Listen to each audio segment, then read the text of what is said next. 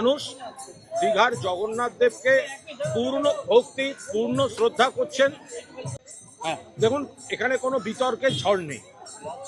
মমতা বন্দ্যোপাধ্যায় দীঘায় জগন্নাথ ধাম তৈরি করেছেন, জগন্নাথ মন্দির হয়েছে, পুজো হচ্ছে, এবং মমতাজি ঘোষণা করেছেন পবিত্র প্রসাদ সেটা সকলকে এখানে দেয়া হবে। এবার সকলকে যে দেয়া হবে, তো সেই পরিকল্পনা অনুযায়ী আমাদের এখানে 28 নম্বর ওয়ার্ডের কাউন্সিলর অয়ন চক্রবর্তী, আজ আমরা এই এলাকায় বাড়ি বাড়ি এই প্রসাদ দিতে বেরিয়েছি।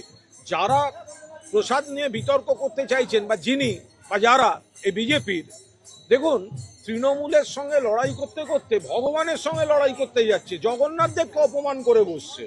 বাড়ির থেকে 30 কিলোমিটার দূর বিরোধী দলনেতা, তার সময় হলো না জগন্নাথ দেবকে প্রণাম করতে যাওয়ার, তিনি কুৎসা করতে নেমেছেন। তো প্রসাদের মতো বিলি হচ্ছে। বিশ্বাসে মিলায় কৃষ্ণ, তর্কে বহু দূর। আপনি যখন ভগবানকে ফুল দেন, আপনি কি সে দেখতে যান যে ফুল কোন চাষির বাগানে তৈরি হয়েছে, সেই চাষি হিন্দু না মুসলমান না খ্রিস্টান? আপনি যখন দুর্গাপুজোয় অষ্টমীতে অঞ্জলি দেন, নতুন জামা পরে আপনি দেখতে যান মুসলমান দর্জি তৈরি করেছে না হিন্দু দর্জি তৈরি করেছে?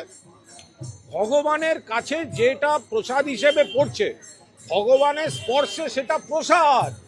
মানুষ 2 হাত তুলে নিচ্ছেন এবং জগন্নাথ দেব তাদের আশীর্বাদ করছেন।